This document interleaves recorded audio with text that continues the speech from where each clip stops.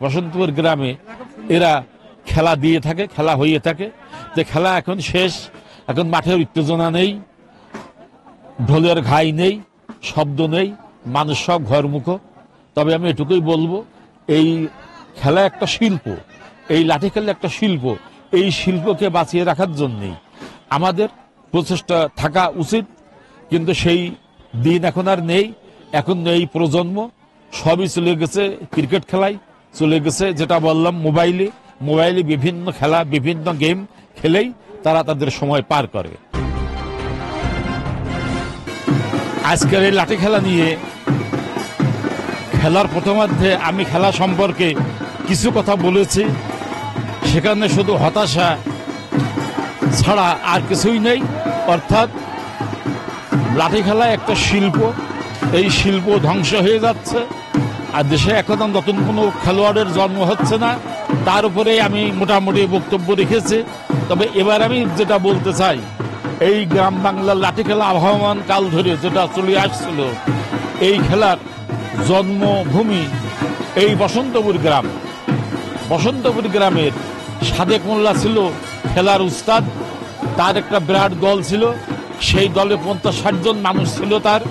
সে তাদের নিয়ে খেলা করত এবং সেই খেলাতে তার যারা সাথী ছিল, তার যারা সহযোদ্ধা ছিল, তার ছিল খালেক মণ্ডল, দেলবার মির্জা, শাহাদত মোল্লা, সিরাজ মোল্লা, ইয়াকুব মোল্লা, সলিম মির্জা, দুলাল মণ্ডল, জিন্না মির্জা, ওয়াহিদ জোদ্দার, খয়বার জোদ্দার। এই সমস্ত দিয়ে তারা খেলা করত এবং সাদেক মোল্লা যে খেলা করত, এই খেলা বিভিন্নভাবে, বিভিন্ন রকমের খেলা করা। তো সে খেলার ভিতরে এমনি খেলা, আড় খেলা, ডাকাতি খেলা, বিভিন্ন খেলা করত। এখন সেই সমস্ত পুরানো খেলোয়াড় সবাই প্রায় মারা গেছে। এখন বেঁচে আছে ওয়াহিদ জোদ্দার, খয়বার জোদ্দার বেঁচে আছে।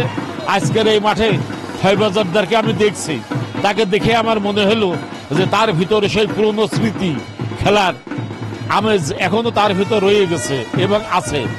তো আজকের এই দিনে আমি এটুকুই বলবো যে নতুন করে বসন্তপুর গ্রামে যে খেলার জন্মভূমি ছিল, যে খেলার উৎপত্তি স্থল ছিল, এখানে যে খেলা হতো, তারপরে আরো খেলা করতো সলিম মির্জা, জিন্না মির্জা, এরা সব খেলা করতো।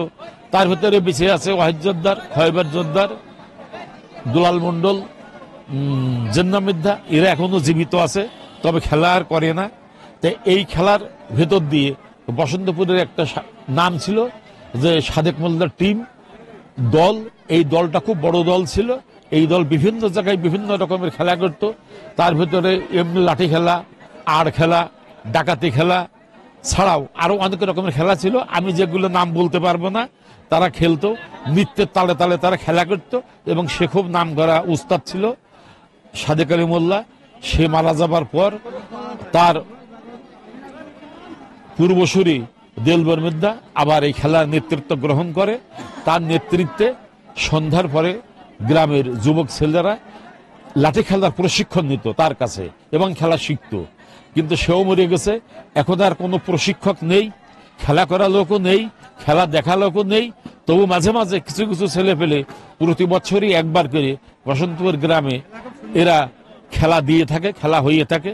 যে খেলা এখন শেষ, এখন মাঠের উত্তেজনা নেই, ঢোলের ঘাই নেই, শব্দ নেই, মানুষ সব ঘরমুখো। তবে আমি এটুকুই বলবো, এই খেলা একটা শিল্প, এই লাঠি খেলা একটা শিল্প। এই শিল্পকে বাঁচিয়ে রাখার জন্যেই আমাদের প্রচেষ্টা থাকা উচিত। কিন্তু সেই দিন এখন আর নেই। এখন এই প্রজন্ম সবই চলে গেছে ক্রিকেট খেলায়, চলে গেছে যেটা বললাম মোবাইলে বিভিন্ন খেলা, বিভিন্ন গেম খেলেই তারা তাদের সময় পার করে। তবু বসন্তপুর গ্রামে তার যে ঐতিহ্য, সাদেক মোল্লার যে ঐতিহ্য খেলা করার, তার ঐতিহ্যকে এরা ধরে রেখেছে। অন্তত বছরে একবার এখানে খেলা হয় এবং খেলা দিয়ে থাকে। তো আজকের এই খেলার যারা আয়োজক, যারা খেলার জন্য যারা শ্রম, চেষ্টা, মেধা, ঘাম দিয়ে খেলা দিয়েছে, আমি তাদেরকে আন্তরিকভাবে ধন্যবাদ জানাই এবং মনে করি যে প্রতি বছর হয়তো বসন্তপুর খেলা একবার করে হবে, এটুকু আমি বিশ্বাস আমার ভিতর আছে এই গ্রামের। ছেলেরা যারা আছে খেলা করে, কিন্তু তারা খেলা দেয়, কিন্তু তারা খেলা করে না। আবার খেলা করানোর জন্য যে কাউকে প্রশিক্ষণ দেওয়া বা খেলা শেখানো, সে কাজটাও এরা করে না, কিন্তু খেলা দেয়। এটাই আমাদের আনন্দ, যারা খেলা দেয়। তা তো প্রশিক্ষণ হওয়া উচিত না। কোনো খেলোয়াড় তা তৈরি হচ্ছে না, কোনো খেলোয়াড় তৈরি হচ্ছে না, কোনো নতুন খেলোয়াড়ও নেই। ওই পুরানোটা দুই একজন আছে, তবু এখনো কোনো কোনো গ্রামে দুই একজন খেলোয়াড় আছে, তাদের হাতে গোনা। ওই খেলা কেউ দিতে হলে ওই প্রত্যেক গ্রামে গ্রামে যেই তাদেরকে দাওয়াত দিয়ে আসতে হয়, আসার পরে তারা আসার পরে একটা খেলা হয়। কিন্তু এখন সেই আগের মতো অগণিত খেলোয়াড় আছে, তারা খেলা করে। এই গ্রামেই অন্তত 60 জন খেলোয়াড় ছিল, কিন্তু এখন এই গ্রামে একজন খেলোয়াড়ও নেই, আর কেউ শিখছেও না। মানে এই শিল্পটাই মৃত হয়ে গেছে। তবে দেখি আবার যদি কোনোদিন হয়তো কোনো সময় কোনো কিছুর পতন ঘটে, আবার সেটার পুনর্ভাব হয়, আবার সেটা জেগে ওঠে, তো হয়তো এমন একদিন আসবে এই লাঠি খেলা আবার গ্রাম বাংলায় ফিরে আসবে। গ্রাম বাংলার মানুষ আবার লাঠি খেলায় যোগ দেবে। তবে লাঠি খেলাটা অত্যন্ত সুন্দর খেলা, নৃত্যের তালে তালে জাদুকরের মতো খেলা করতে হয়, নাচতে হয়, খেলা করতে হয়, হাত পা সমানভাবে চলে। এই যে চলার ভিতরে একটা আনন্দ আছে, একটা মজা আছে। আর এই প্রতি প্যাচে প্যাচে খেলা, আর এই খেলাটা মনে রাখা খুব কষ্ট। খেলাটা কিন্তু খুব কষ্টদায়ক। যদিও মনে হয় লাঠি খেলা এটা একটা কমা খেলা, ওই সাধারণ যারা চাষি মানুষ তারা এই খেলা করে, সেটা তা না। কিন্তু এই খেলাটা খুবই সুন্দর। সেই জন্যেই এই খেলাটার যাতে আবার ফিরে আসে গ্রাম বাংলায়, আমি সেই কথাই বলতে চাই এবং সেটাই আমি স্মরণ করতে চাই। খেলাটা যেন আরো সুন্দরভাবে হয় এবং যেন আবার সবার ভিতরে নতুন করে প্রেরণা, নতুন করে উৎস, নতুন জাগরণ আবার সৃষ্টি হয়।